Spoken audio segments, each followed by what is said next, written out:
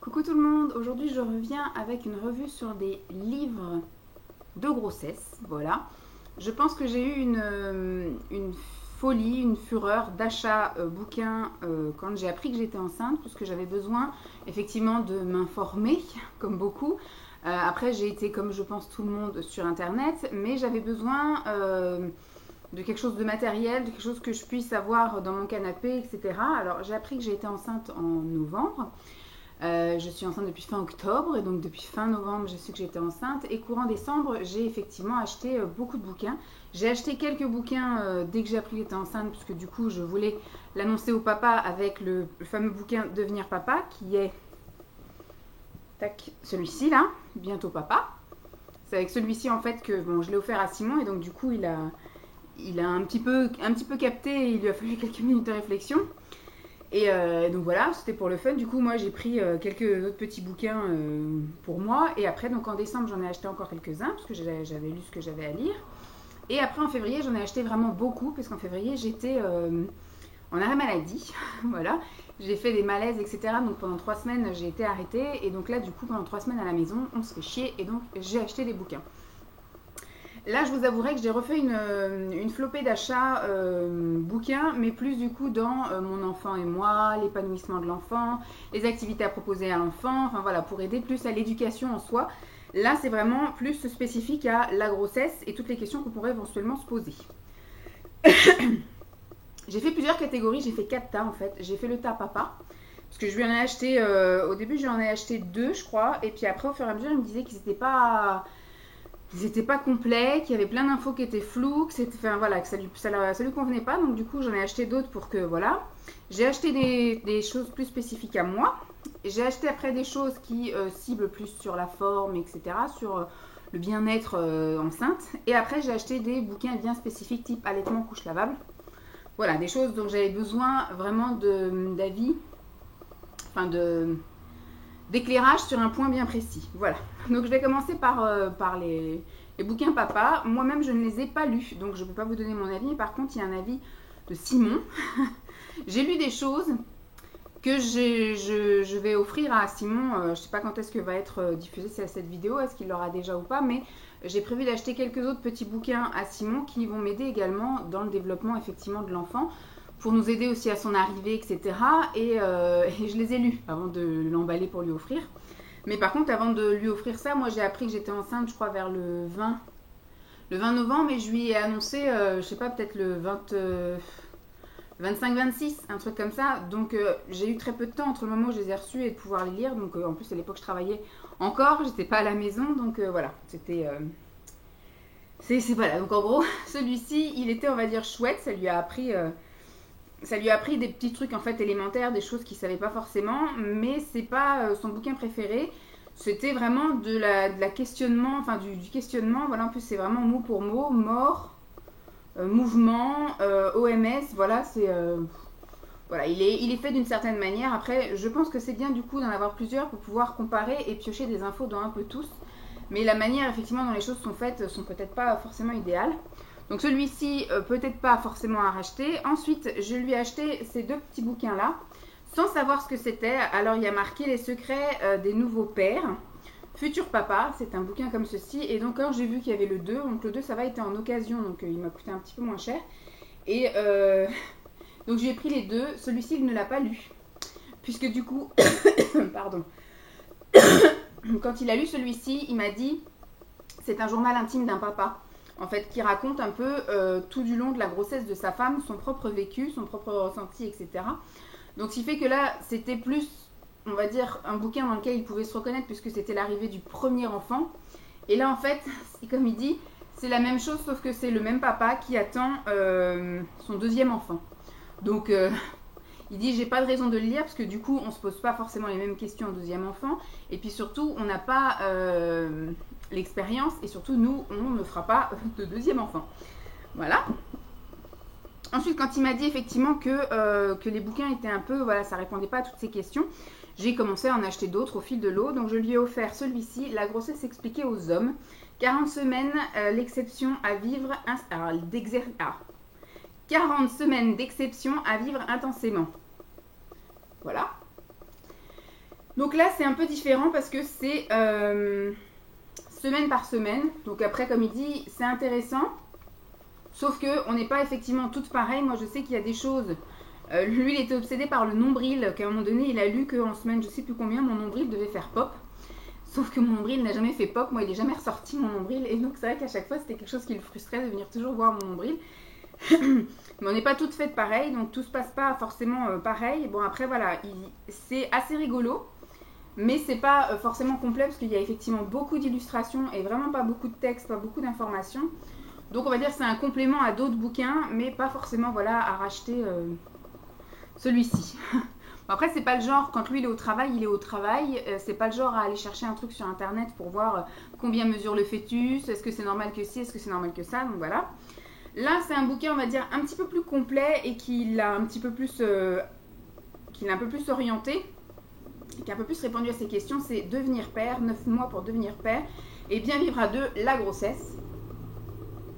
Voilà, donc qui est beaucoup plus gros, qui est beaucoup plus fourni en informations. Et celui-ci, je pense qu'il n'est pas fait comme le mien. Ça répond à plein de questions, mais il faudrait que je vois le sommaire.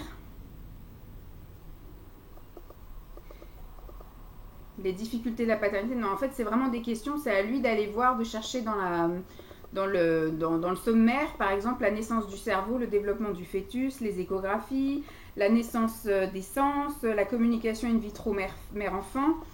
Voilà, par exemple, faire connaissance, favoriser son éveil, tous ces trucs-là. C'est à lui d'aller fouiller réponse aux questions. Au final, il s'est beaucoup rabattu sur mes bouquins à moi, parce que lui, donc, contrairement à moi, j'ai pas lu ses bouquins. Mais lui, du coup, a un peu feuilleté les miens. Donc, il arrive mieux à trouver, parce que nous, c'est vraiment, je vous expliquerai après, vraiment expliqué de semaine en semaine. Donc là, celui-ci, je lui ai encore acheté, je crois que c'est un des derniers que je lui ai acheté, c'est Futur Papa, le guide de grossesse pour nous les hommes. Mois après mois, les réponses sans tabou à vos questions. Hop, voilà. Donc celui-ci, il est bon, pas très épais non plus, il est quand même écrit assez gros. Mais il y a quand même pas mal d'informations, pas trop d'illustrations, donc ça va encore.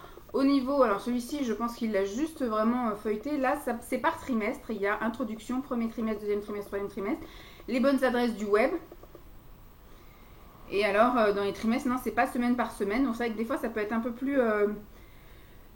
c'est vraiment que de la question générale, quoi. Voilà, que se passe-t-il pendant le premier trimestre? Je surveille ma consommation de bière pour la soutenir. Des trucs un petit peu rigolos comme ça. Nous avons une peur panique de la fausse couche. Gare aux infections.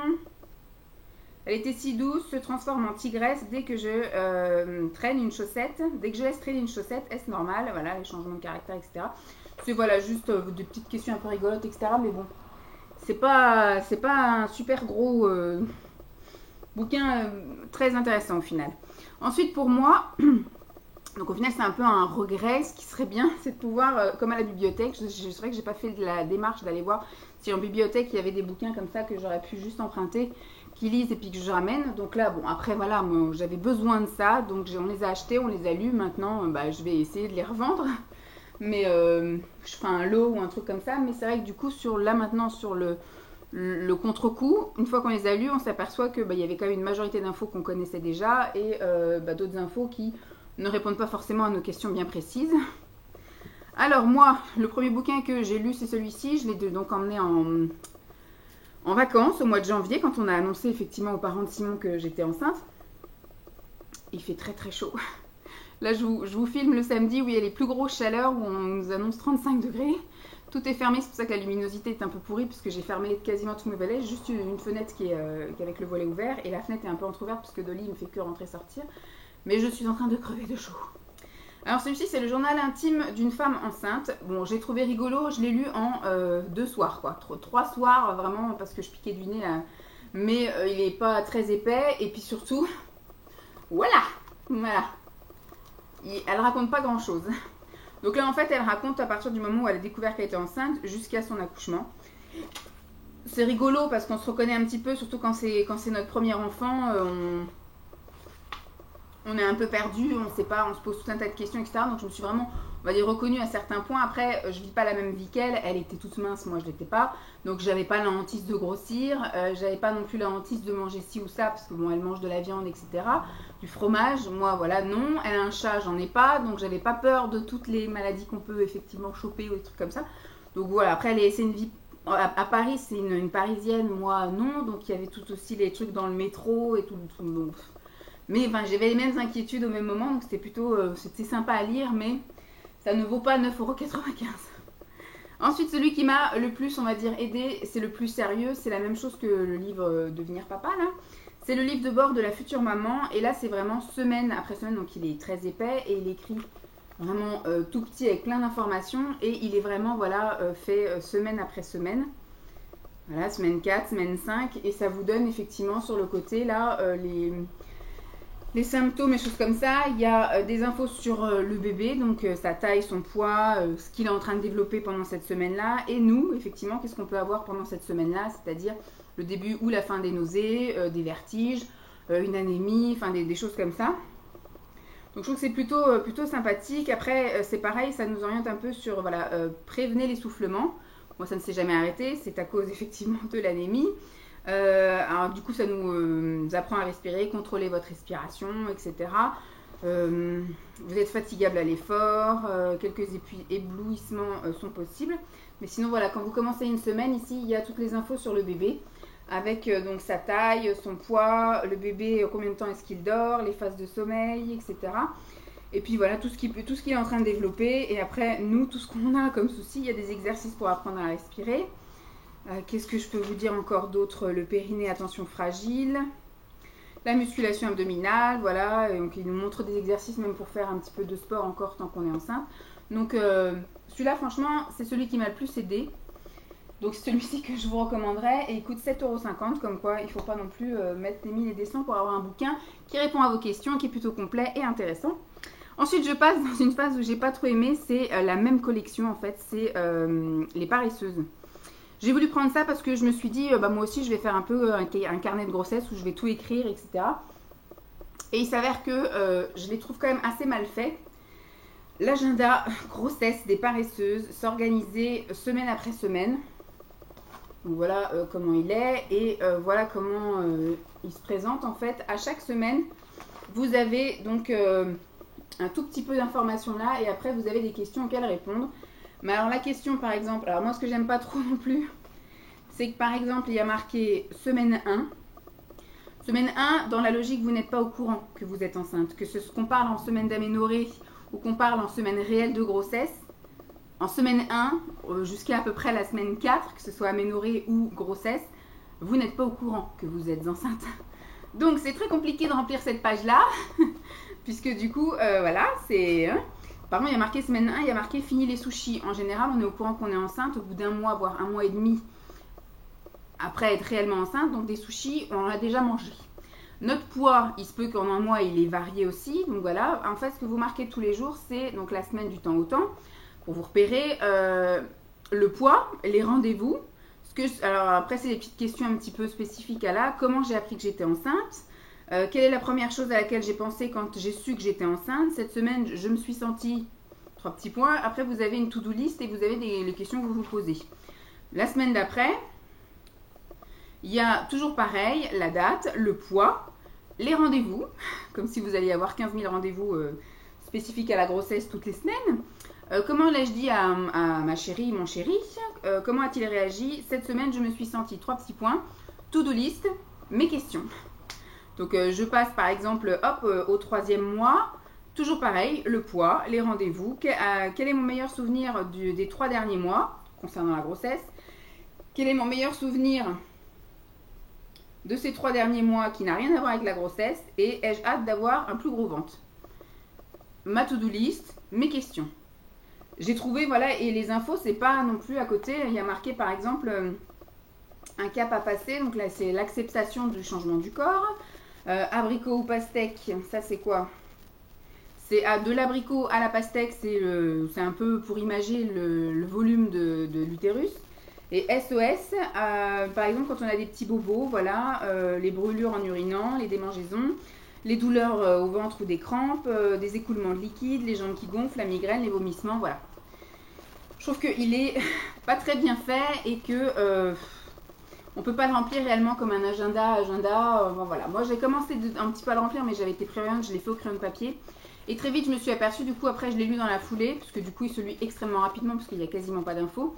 En ne remplissant pas toutes les questions, etc. qu'on nous demande, vous lisez juste les infos sur le côté, en une soirée vous l'avez lu. Donc après moi j'ai effacé ce que j'avais fait au crayon de papier. Je me suis dit il sera plus facile à vendre ou à donner. Voilà, donc toujours dans la même collection, toujours les paresseuses. Là, c'est le cahier de grossesse des paresseuses, semaine après semaine, préparer l'arrivée de bébé. Alors, là par contre, j'ai trouvé que c'était pareil, que c'était pas très bien fait. Bon, après, vous avez un beau calendrier pour savoir quand est-ce qu'il a été conçu, quand est-ce qu'il va naître, etc. Et après, effectivement, vous avez encore les choses semaine 1, avec coller ici. Alors, c'est pareil. Je trouve qu'il est un peu vexant aussi comme bouquin. Semaine 1, donc on nous fait un joli dessin de la fécondation, etc. On nous explique un peu comment ça marche. Et là, à côté, la feuille qui est toute vide, il y a marqué coller une photo avec le ventre plat avant qu'il soit trop tard. Je n'ai jamais eu de ventre plat, donc pas de photo. Et puis après, voilà, il y a quelques petites infos. Après, ce qui peut être sympa quand on allait plus loin, parce que comme je vous ai dit, on est toujours à semaine 1, semaine 2, enfin bref, on n'est pas au courant qu'on est enceinte pendant ces semaines-là, mais bon. Et il y a des petits pense-bêtes, par exemple, ils nous disent d'arrêter de fumer, ils nous disent d'arrêter l'alcool, de diminuer le café, d'arrêter tout médicament, arrêter les produits toxiques, de manipuler les produits toxiques, arrêter de faire du saut à l'élastique, des choses comme ça. Et après, quand vous allez un petit peu plus loin, hop, là du coup, bon, par exemple, on est en semaine 9, donc c'est pareil, là, il parle en semaine 9 réelle grossesse, et en dessous, il y a marqué semaine 11 en aménorrhée. Là, c'est pareil, vous avez toujours le petit pense-bête. Vous avez en fait, voilà, une information générale sur cette page-là. Vous avez toujours sur le côté ici le poids et la taille éventuelle, hein, statistiquement moyenne, de bébé. Et après, vous avez effectivement une petite info, voilà, de là, effectivement, à la semaine 9, on passe de l'embryon au fœtus. Et il nous demande de surveiller notre poids, qu'on ne doit pas prendre plus de 1,2 kg par mois, voilà. En gros, voilà, et de temps en temps, vous avez des pages un peu plus complètes où voilà, il y a marqué comment rester belle envers et contre tout. Alors voilà, utiliser du gel douche sans savon, terminer la douche avec un jet d'eau froide sur les jambes et les mollets, parce qu'on a tendance à avoir les jambes qui gonflent enceintes, etc. Et après, il y a aussi des petits conseils pour les papas, enfin voilà.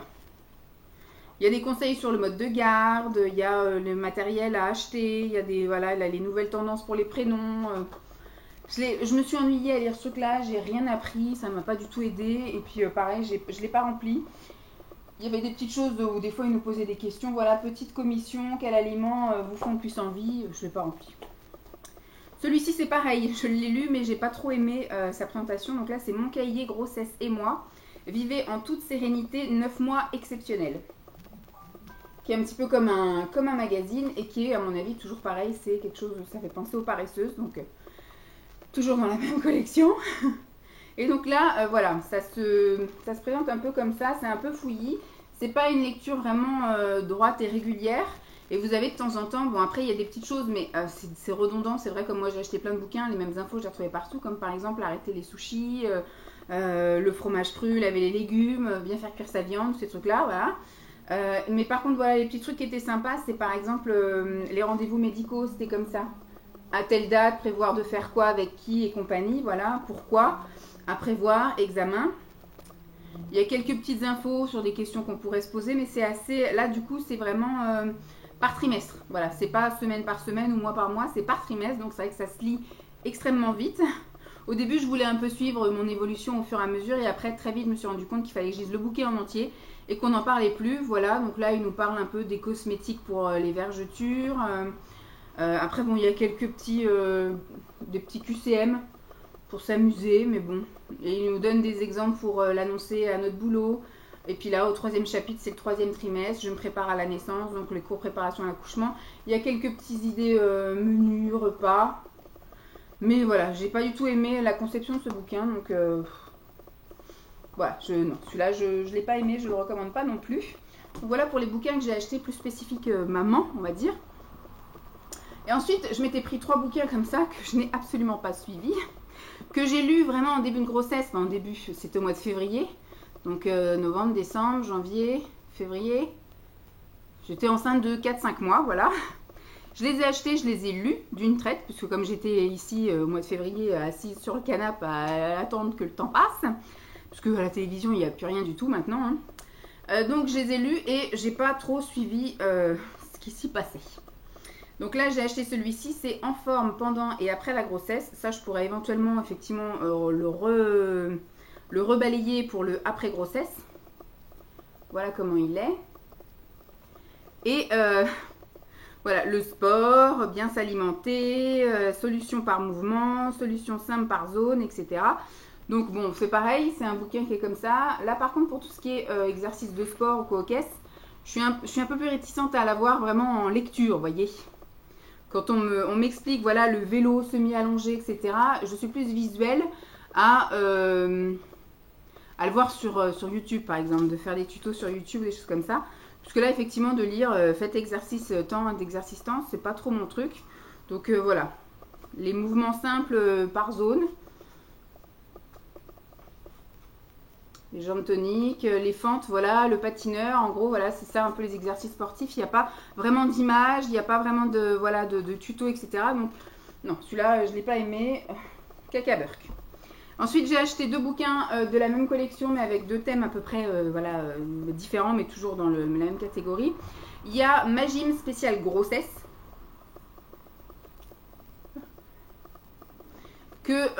Alors celui-ci, il est un peu plus détaillé. Il y a quand même voilà, des petites figures qui vous expliquent comment faire le mouvement.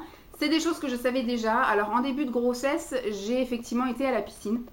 J'ai fait de la piscine. Après, je suis allée quelques fois à la piscine en fin de grossesse. Mais franchement, voilà. Ce que j'aime pas, moi, quand je vais à la piscine, c'est être encombrée. Et début de grossesse, j'étais en plein hiver. J'avais mes grosses chaussures, j'avais mon gros manteau, j'avais 3 couches, voilà, pull, sous-pull, débardeur, machin. Donc, ce qui fait qu'il me fallait 2 casiers. C'est chiant, voilà. Et puis après, il faut passer par la souffle pour faire sécher les cheveux. Parce que quand vous ressortez, il fait -5 si vous voulez pas avoir le rhume, voilà. Donc c'était chiant, donc du coup j'ai vite arrêté d'aller à la pistoche.